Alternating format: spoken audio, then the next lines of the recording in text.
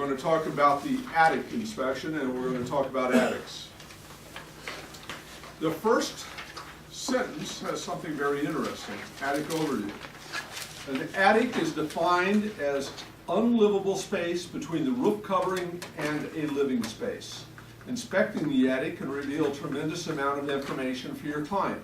For example, overall structural integrity of the roof, water infiltration, leakage, proper ventilation, insulation, etc. Joseph. Yes, sir. Where did you get this definition, unlivable space between the roof and a living space? Do you remember where that term came from? Because if that's a real term defining attic, then that means all unfinished attics aren't unfinished attics. That's general interior. And now I'm never reporting on the finished attic. I'm only reporting on the fact that there's no attic in this house at all. So that definition is important. I think I got it from the original books that the school, Bob, the first school that you had. Yes. I think what we were trying to define with unlivable space is that sometimes when you have a cathedral ceiling, right, and it's that space that currently is not livable, right. So some are unlivable, or sometimes it's. But do you see why I think that term is important? Yes. Because I always talk about two different types of attic. There's finished attics and unfinished attics. Yep. By that definition, there's no such thing as a finished attic. Correct. It's expanded living area, which changes my whole presentation. We might be done now. That's it. But you used to talk about how the attic was part of the finished attic would be part of the general interior. So, i.e., well, that depends on how much attic, a raw attic was left, and how much like of it was eaves, finished. the knee walls and stuff like that. Okay, that's interesting. We might want to look into that a little further. All right. I wonder how Nachi defines attic. Wiki says a space found directly below a pitched roof or house. Well, yeah, but that's not much help. Not your fault, but I'm saying that a space. It goes on for 10 pages. I'm not going to read you the whole thing. Livable or unlivable space. Does not specify. Okay, let's keep going. Standards of practice. New York State says home inspectors shall observe and report on any safe and readily accessible attic space describing the method of observation used and conditions observed. Wow, that leaves it wide open. I crawled up into an attic. I looked around, and I did not walk on any floor joists. I just peered in from the opening. That's the description of how I viewed the attic. And I saw rafters. I saw no moisture penetration. I saw no electrical hazards. I saw 10 inches of insulation. My attic inspection is done. Nachi gets into a little bit further. The inspector shall, the insulation is unfinished space, the ventilation of attic spaces, and report on the general absence or lack of insulation. We're not required to enter the attic or an unfinished space that are not readily accessible or where entry could cause damage or pose a safety hazard to the inspector, in his opinion. So, when looking at an attic, there are several issues that pop up. First of all, you're going to describe what your method was. It was a hatch. Well, you're not going to describe it in the report, but if it is a hatch and you can't walk on the trusses, because the first thing we don't do is we don't walk on the floor trusses. If it's fully floored, you look quizzical, Chris. If it's fully floored, we will walk around on the flooring. I'm not going to step onto the floor joists because of the danger it poses to the house and the dangers it poses to the inspector. Yet on the other hand, I want to do a thorough inspection. I personally decided that Jamie will walk on trusses or floor joists, and I personally decided we will venture off rather than have a leaky attic. But this describes what I'm not required to do. We do choose to do that. Now there is equipment out there that allows us to look around the attic. There's one telescopic pole that goes out about 18, 20 foot. You have a camera on the end of it. And so you get up into these areas, it stands this tall, you get up there and you start telescoping it out, and there's a camera at one end, and your screen on your phone will show you what the camera sees. And it has a little light on it or something like that. So there are tools so you can see in those areas. What am I looking for? I'm looking for electrical hazards, I'm looking for insulation levels, I'm looking for water penetration, I'm looking for mold. Yeah, those things. Okay? Let's talk about some specifics. Roof structure, trusses and rafters. Is there any difference? Yes. Different structure, construction techniques, but is there any difference to the homeowner, home inspector? No, I'm gonna describe the system that it is, that's it. The same way I don't care how a deck is built, I don't care how the house is built. Now, I do like having collar ties, because collar ties are typically an older style. And you can see the collar ties also any deflection or any separation or anything like that.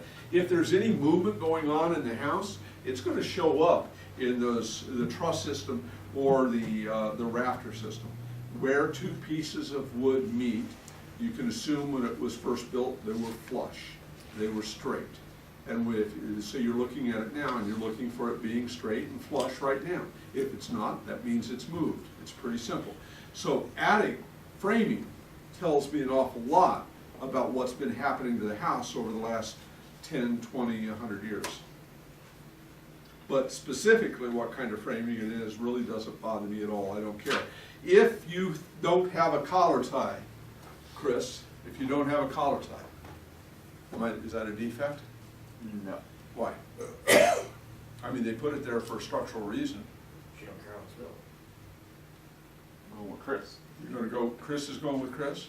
Because I don't care how it's built. It doesn't mean anything to me, because I'm not offering to say that it's not built improper, or it's built improperly. Since I'm not going there, I don't care. Exactly. I need to see a problem before I'm gonna report on structural issues. Ventilation. Ventilation in an attic is very important. Ventilation provides air circulation throughout the attic. 4 common types of ventilation: soffit, gable, ridge vents, and roof vents. How do I know the ventilation is working? Anybody? Turn on the vent. You can see light. It's not mechanical. You can see light.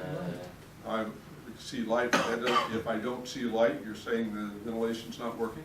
No It's a defects? soft Because structure. no moisture? Yeah, I would say yes. Pardon? No moisture? Humidity or Ventilation's temperature? working correctly?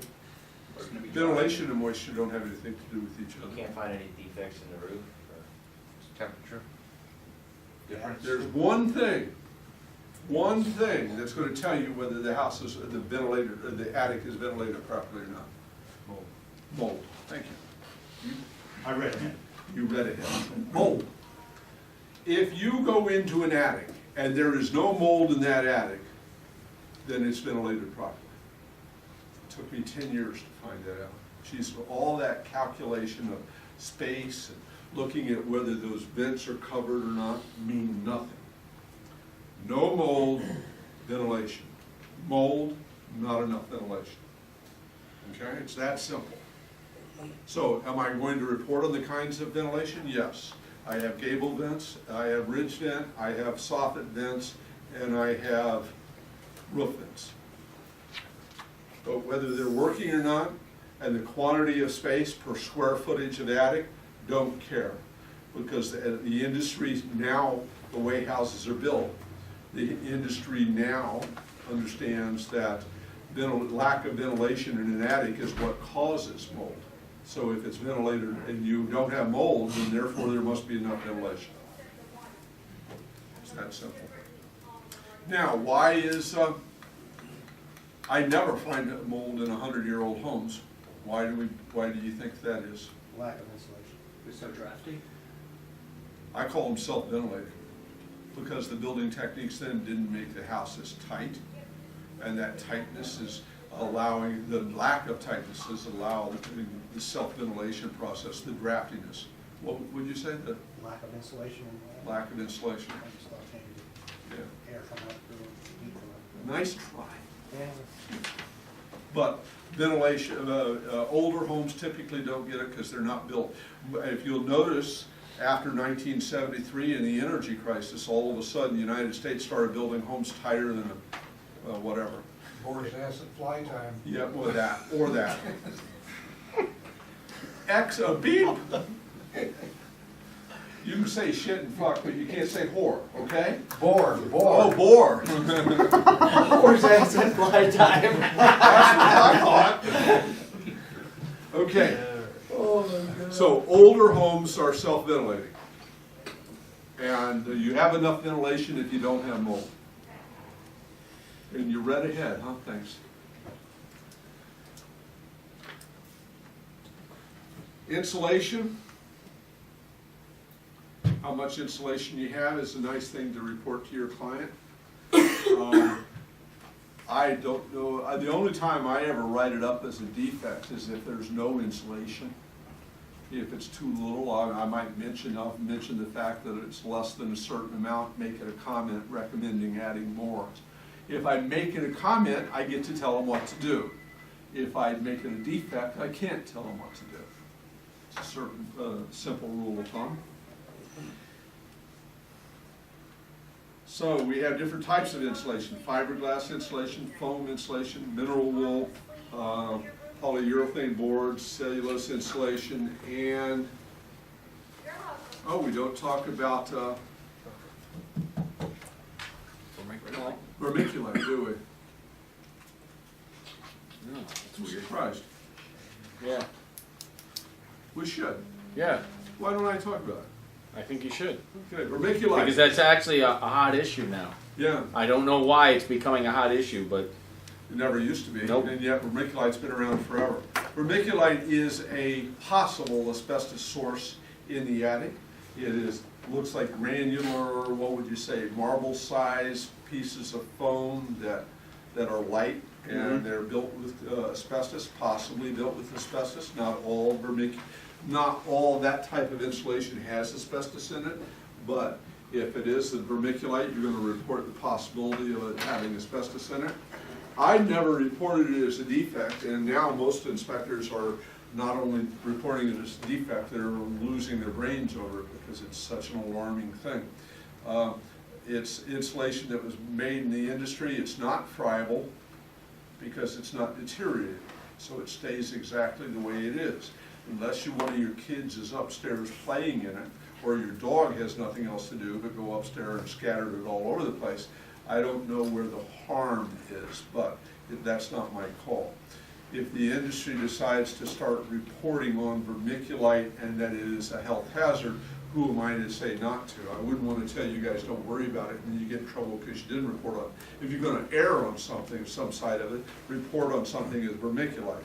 You never go to court for telling somebody something's dangerous when it's not, but you do go to court when telling somebody it's not dangerous, and it is. So if you're going to err on the wrong side of this, be on the side of being an alarmist.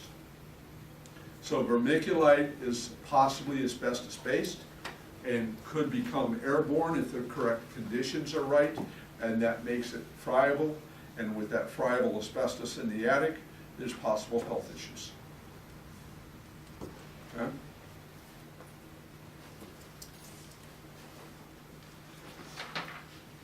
Cellulose insulation is and mineral wool are both loose insulation that's just blown or poured in. Sometimes in the older mineral wool, it used to be poured in the walls. What happens over time, they settle and it gains weight. You go downstairs and you have this balloon framed house and there's pools of insulation on the floor. That's because all of that old mineral wool has gotten moist and wet and it got heavy, so it started pressing down. All those are forms of insulation. I'm going to report the type of insulation it is and the condition that I found it, and I'm going to move on. We say here that we're going to report on insufficient, adequate, or good. My rule of thumb is if I look out and I see the floor joists and it's up to the floor joist, it's good. If I can see the wood, it's inadequate, and if it's piled up double, then it is good. So it's either good if it's over it, adequate if it's at that level, and if I can see the sides of the floor joist, then it's insufficient.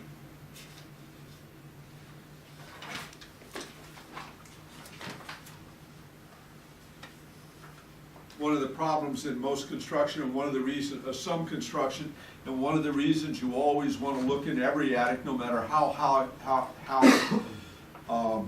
new the house is when they're installing the insulation, if they covered up the soffit vents, now you have a problem. If those soffit vents are covered up and you don't see it, and it's a brand new house, by raising the alarm of now not seeing any white in a brand new house, it hasn't had time to grow the mold yet. Now, soffits and my pen, ridge vent and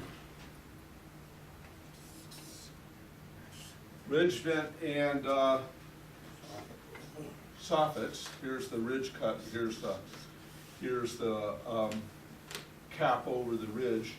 Here's the soffit air flow. This is typically called superior to all the other types of ventilation because the heat in the attic creates where this air rises and it goes out here, and then the cooler air inside is drawn in because nature abhors a vacuum. So it's drawn in and then pulled out. So it creates its own ventilation system as compared to the house that has gable vents. So here's the roof area. You put a ridge vent in here, you have no high to low. So here you have the draft that you'd find in a chimney coming from the soffit area and then going up. This is, and then if all you have are gable vents, now you have no low high at all. So yeah, this is open to the air, but there's nothing forcing the air in or forcing it out. It's just going to, the humidity is going to build up there. And the humidity is going to build up if it had a ridge in gables. But this gets the draft going because of the heat, and the hot air rises and the colder air falls in. So that's a self-ventilating. It's a more effective ventilation system. Do we all understand why? Yes. What happens on the flat? On the what? Flat rolled roof. On a flat roof with the rolled rubber. Yes. No ventilation. Have you ever been in one of those those 3-foot crawl spaces in there? Yeah. I found mold in those 3-foot crawl spaces under that flat roof, but not often. But that's because the age of these Troy and Albany and Schenectady houses, the flat building has side vents on the side. It's let's say a parapet here, and you have a flat roof, and this ventilation. I find doves and pigeons inside those attics, dead ones too. I had one house I went in there was about 200 dead bodies. The city came in and closed it down that afternoon because the realtor reported it. They kicked everybody out of the building. There were so many dead pigeons up in the attic. Okay, this is typically built before 73. Before 73, it wasn't built tight enough to build up. That's the only reason. But I have gone into some of these, and in that crawl space, you have a ceiling here, and there's a hatch, and then you have to go up in it, and there's about a space about that far. You push yourself up, you sit on the bottom hatch, and then you lift the top half up. And that's about a 3-foot area that goes through the whole flat roof as an attic on that flat roof. Sometimes those vents can get plugged because somebody came in and sided up, and then yes, you can get mold up there, and I found it only a couple times, and I've probably been on at least 500 roofs out of 3,000. No, I'd say 100 flat roofs out of 3,000. And I found mold in the attic area maybe 5 times. So I'm looking for it, I'm looking for insulation levels, but typically those are apartment buildings and nobody cares.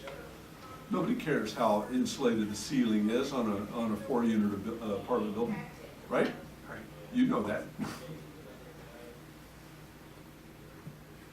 Okay, so this is the superior ventilation method. And if you are in a new house and you see these soffits covered up with insulation, you gotta remember, it wasn't designed that way, but you get the rookie up there because the boss is out for the day, and so the rookie was told to go up and lay the insulation in the attic, and he shoves it in those ventilation, the edges over the soffits because he's trying to get the insulation to do its job and keep the cold out. And he's trying to figure out why are there holes in my ceiling. So he's shoving that insulation in as tight as he can. I don't care what crew you have. I don't care how big a crew it is or how great the builder is. Sometimes they get the idiot installing insulation. And sometimes it's going to get pushed out over the soffits. And sometimes a home inspector is going to go into the attic of a 4-year-old house and find it full of mold, where typically you don't find it. And it's because the construction or the guys installing the insulation just didn't know any better. Yeah, my home was built in '96 and had the roof done. When they pulled all the old roofing material off, all the boards on one side on the exposed, I have high beams in the kitchen, were all rotting away. Rotted away. They pulled it off and they over-insulated. So there was no room for the air to go up through it. And it just rotted away. Rotted it right out. 32 boards had to be replaced. And so that was a house that was 20 years old. Yeah, and that was done almost 10 years ago, so. So in Didn't 10 take years, long. the rookie that was doing the installation did it wrong. Yeah. It wasn't designed that way, I guarantee you. The architect plans didn't show the insulation all the way out to the end. But it happens. So when somebody says new homes don't need to be inspected, that's just bull. Okay, the way I handle new homes inspections, a little sidetrack, is if somebody calls you to go out and look at a new construction, I say, well, okay, that's great, I'd be glad to do it. You have to understand, though, I'm going to go in and do an inspection on the house that hasn't been lived in. So what I offer my clients is 2 inspections for the price of 1. I will go out there now and inspect that house and get the basis for what I see today, make sure that the things were done properly. And 11 months from now, you're going to call me up and I'm going to go back in and I'm going to re-inspect it. And so you're going to pay me my full dollar today, but so I'll tell them something like that, a little bit less crass. But at 11 months, I'm going to go back in and re-inspect the house. Now he'll have a punch list of things that aren't working properly. I will make the report to that effect, and I will go through and inspect the attic for mold, etc. And now he has a home inspector licensed report that he can hand that builder on a house that has a 1-year warranty on it that he has to fix. That's the best way to sell somebody the idea of an inspection on a new construction. Now he's got an official document on the warranty, so instead of having to trace the builder down and argue over whether something is right or wrong, he's got a home inspector's report showing what was wrong with the house. That goes a long way. I went into a neighborhood and did that one time on a brand new neighborhood, went in and inspected all these houses, and 10 months later offered them, went back in and did it, and it marketed quite well. These people were motivated to make sure they could document on their warranty. Okay.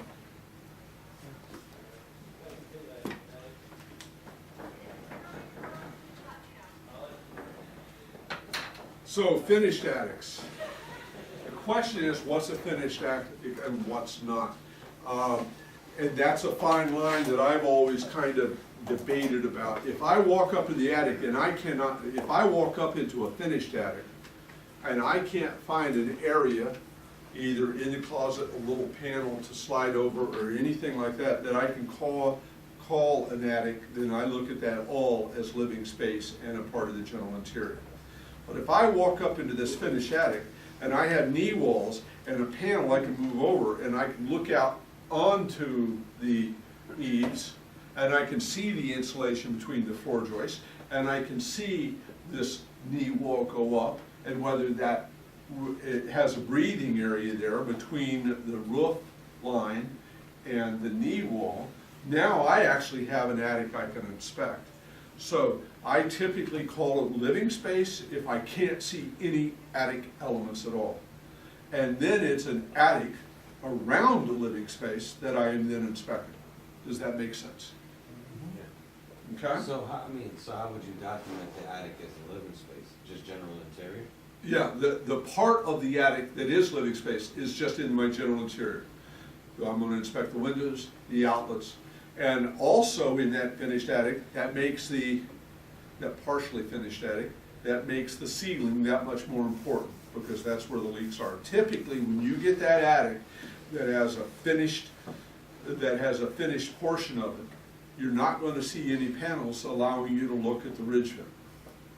So, you're going to be looking for water sinks, moisture penetration, etc. The same way you would if there was no attic space in a house at all. Well, we wind up just documenting any stains we see on the ceiling. And that's all we can do in a finished attic that does not give me a look at the exterior or outside of that finished shell. Does that make sense? Yeah. And you don't treat that the same as no attic access then? If I have an area there that I should be able to look into because there's a big enough envelope above that second floor and I have no access to it, that's a totally different game. I don't call that no attic.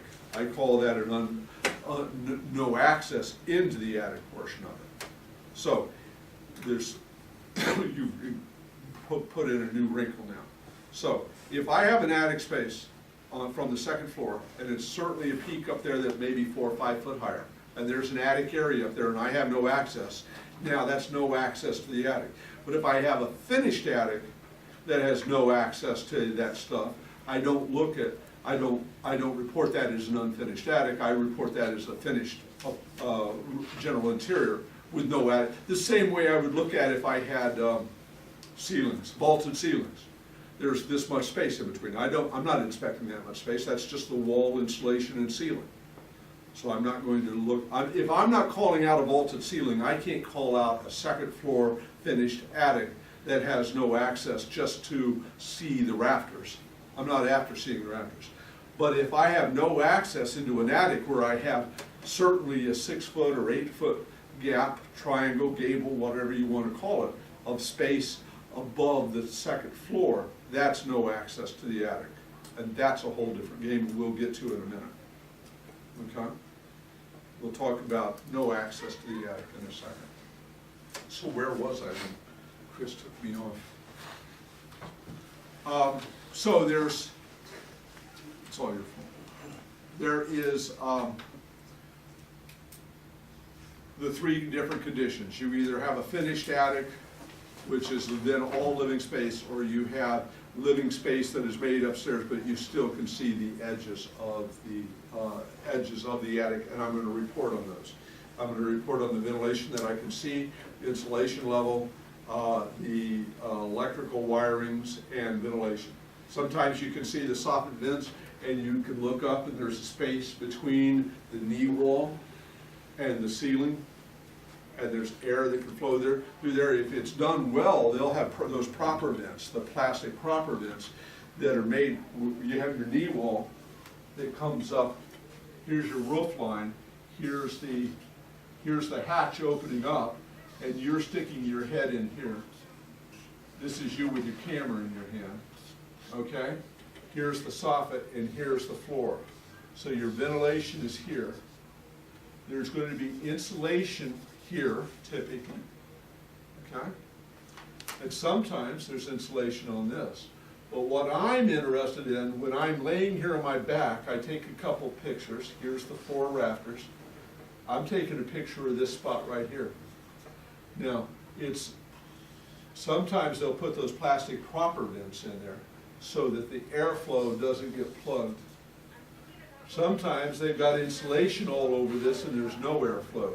That's what when I go into one of those hatches and I'm looking at this area, I'm checking insulation levels and I'm checking this hole as to whether I have a hole for air to breathe and go up. Does that make sense? Do you all know what I'm talking about? Chris, are you paying better attention to this than you did the contracts? I know all this. The contract was the thing I paid most attention to. I just forgot about that. I don't Or know maybe you weren't here that night. Possible. How could you forget, if I was talking about contract, how could you miss that? Okay, I don't know. so now, in this situation, I'm talking about an attic where I actually have a finished attic. If I don't have access here, I don't talk about it. That's general interior. Now, if I have this kind of house, here's the first floor, or the second floor, here's the front door. We all know the house, typical house. And then here's the stairs up to the second floor, here's all the bedrooms, etc.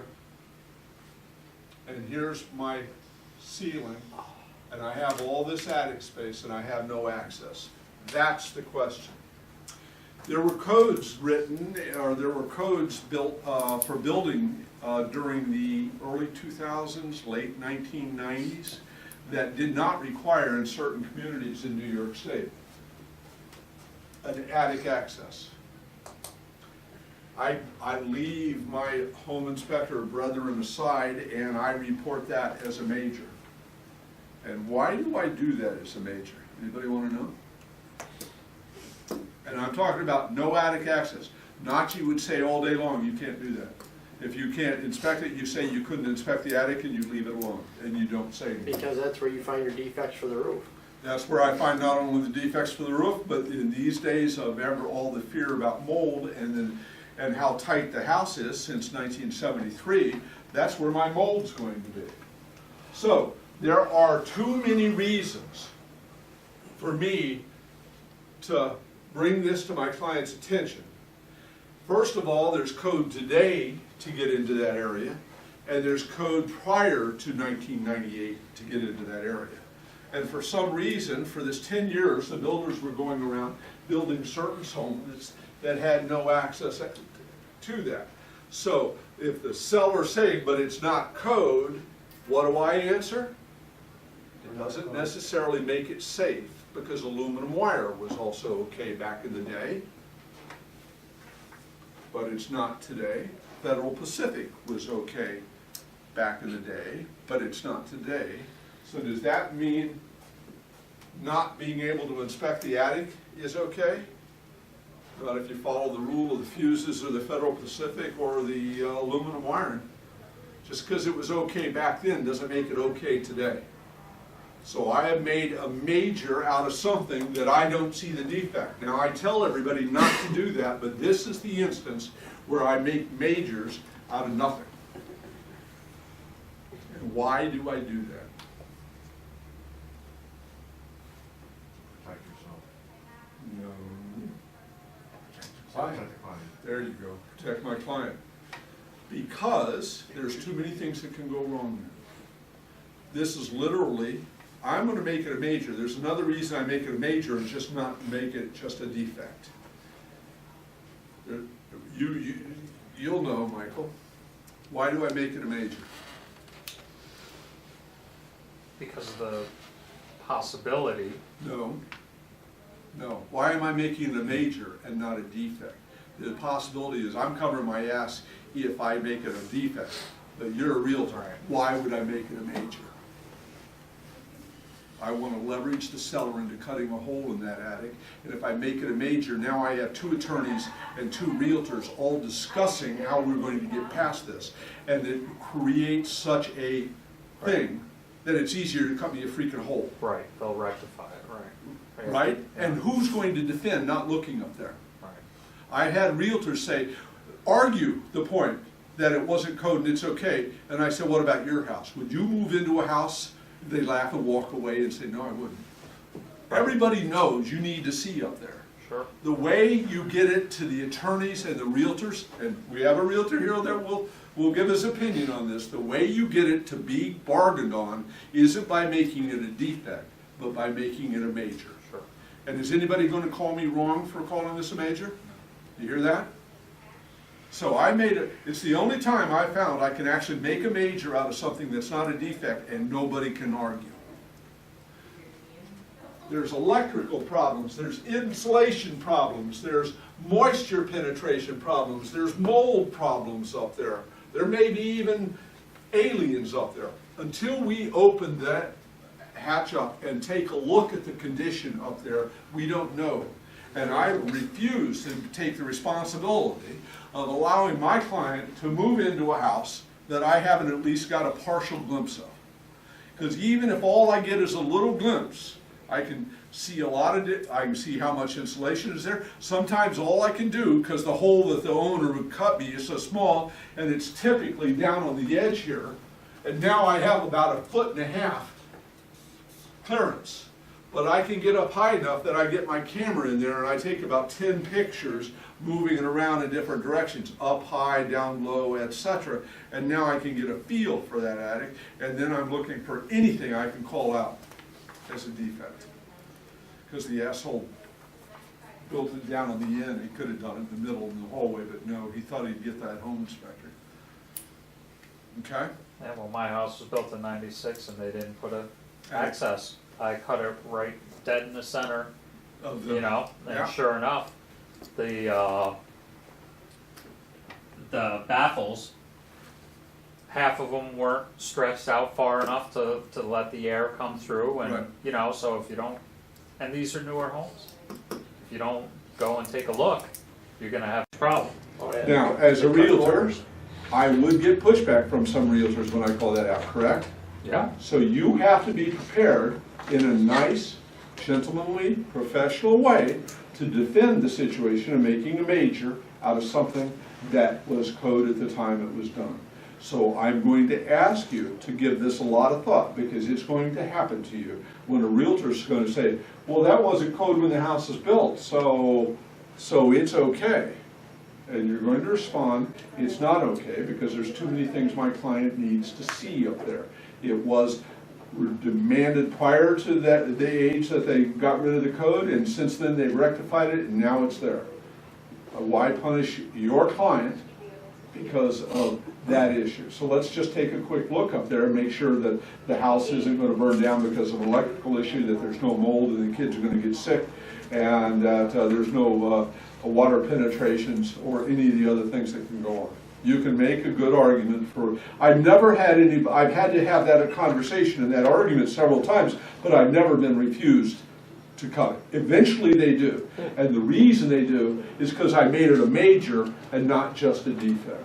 I made it a major forces the attorneys to look at it. And if the attorneys are looking at it, the buyer's attorney will, if I can't convince them, he will convince them. And if you say this right to your client may walk. I've never had anybody walk, and I've always had a hole cut. But the threat of all that happens moves all the parties. Okay, so this is a big deal. Now, I say it's a big deal. I run into no attic access about once a year. Oh, But you'll be ready. That'll be my first one. Yeah, you're the first one. my first time. Mold.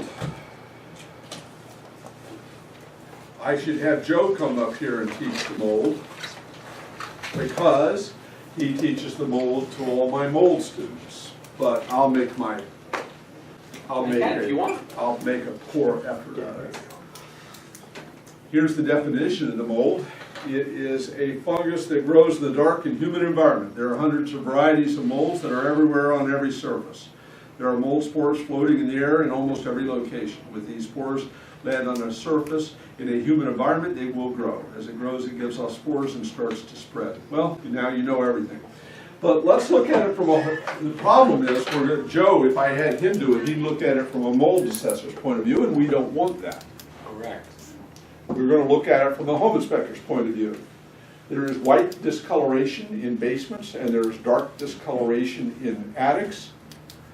And the first thing I do when I see mold, or when I see a substance that may be mold, is I smear it.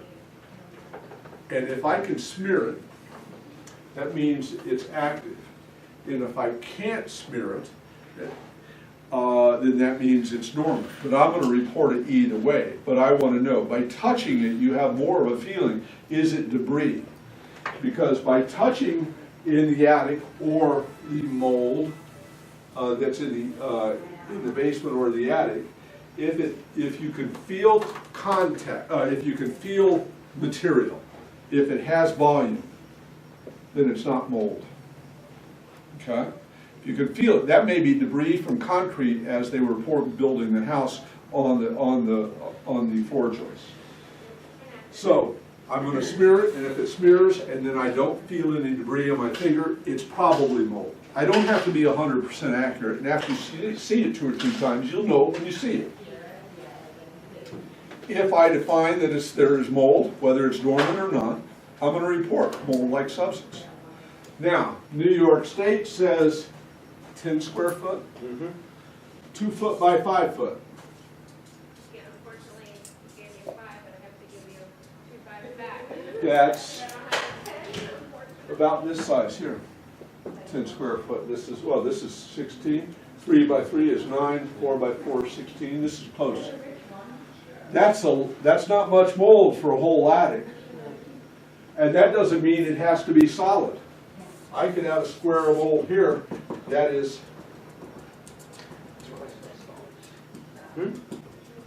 Correct, Joe? Correct. It's not solid, but it's. It doesn't have to be solid. Okay. Solid in the manner is that the mold is fully covering the whole The area. material. So it could be patchy. Now look at page 171. So it ain't hard to get it on. See the bottom left-hand one? That's oh, that is rafters. It's white. You sure that's not that? Is that floor joist, Joe?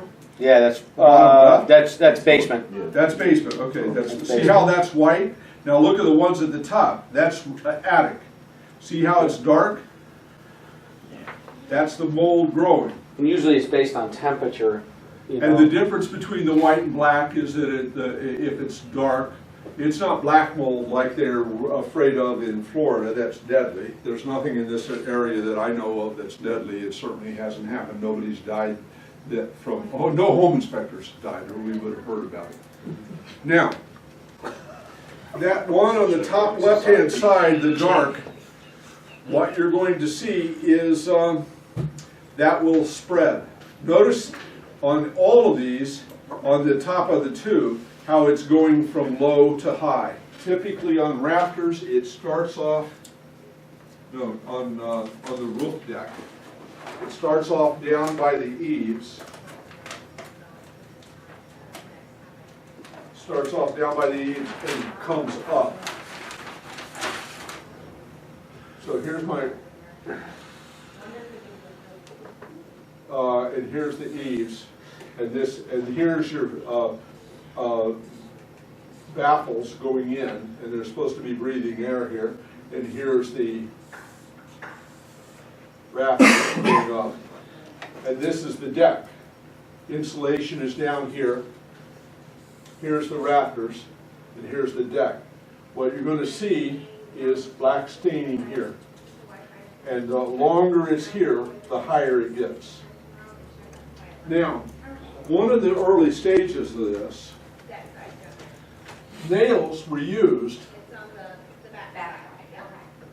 to install the deck, and you will see nail holes coming through here from the installation of the deck and the rafters. The first signs of mold that I found, and I've never had anybody argue it, and I had a mold guy tell me it, is the dark staining around the nail. You will see on some attics, you will crawl up there, and you will see a nail, and you'll see a dark stain around it. That is the first signs of mold, because that nail is the You're right. I know, what is it? Condensation from the nail is the moisture source, and then the heat turns that into mold around that nail. Now that the mold has started, the spores are spreading, the heat, the more nails and more condensation and the heat, and all of a sudden, little circles are around all the nails. How many times have you seen that, Joe? Oh, God, about 50% of the time. Now, as it gets more and more pronounced, what happens? Fill in the blanks. It fills in the blanks, it gets bigger and bigger. And pretty soon, what was just nails condensating and the heat of the summer has started to grow. Okay? And what would have stopped it? Proper ventilation. It's that simple.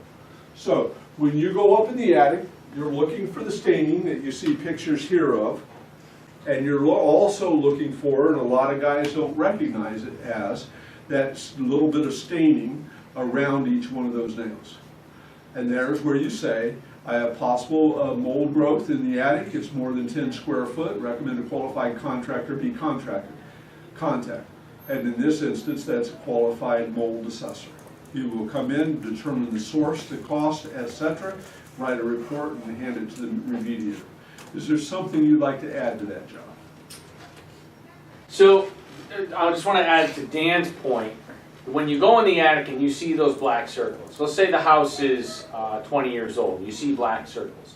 That means, and if it hasn't grown to fill in the spaces, that means somehow the ventilation has reached an equilibrium with the growth, right? In any event in today's, from a home inspection point of view, so Chris mentioned, does it have to be, 3 by 3? If you see the general area, all these black circles, all right, you're just going to call out the whole area is greater than. You're not looking for, that's only 3 square feet. That's okay. You have to look at the overall surface. You're there not to clarify what needs to be done. You're there just to identify if an assessor needs to be brought in. And that's an excellent point. It's not up to us to determine the size. If I see mold growing, I could literally have one spot if I wanted to be a prick and call it out as possible mold. What you're looking for is there proper ventilation? Oh, by the way, we don't have it. I see some mold, let's get an assessor. Right. You know what I Or mean? let's get a if it's not the 10 square foot, you could go straight to, I know you don't have enough ventilation, so let's just get a ventilator. Let's get a ventilation guy. Oh, guess what? I do see black, but I think it's water staining because you told me you have 4-foot icicles. So now I got ice damming that's coming in, and I'm really more worried about delamination than the mold. We just want to point it out. We don't want to say anything like that because then we're telling You them are how to fix not- the problem. You are not a mold assessor. All you point out and say, I believe we have to contact a mold assessor. I'm seeing some mold. Right. Mold-like substance, not mold. You're not And allowed if you to do say- see that, you can make the jump to you may not have enough ventilation, recommend a qualified Exactly. contractor do it. Because before 2016, when I took the class, it was increase your ventilation, the mold goes dormant, call it a day.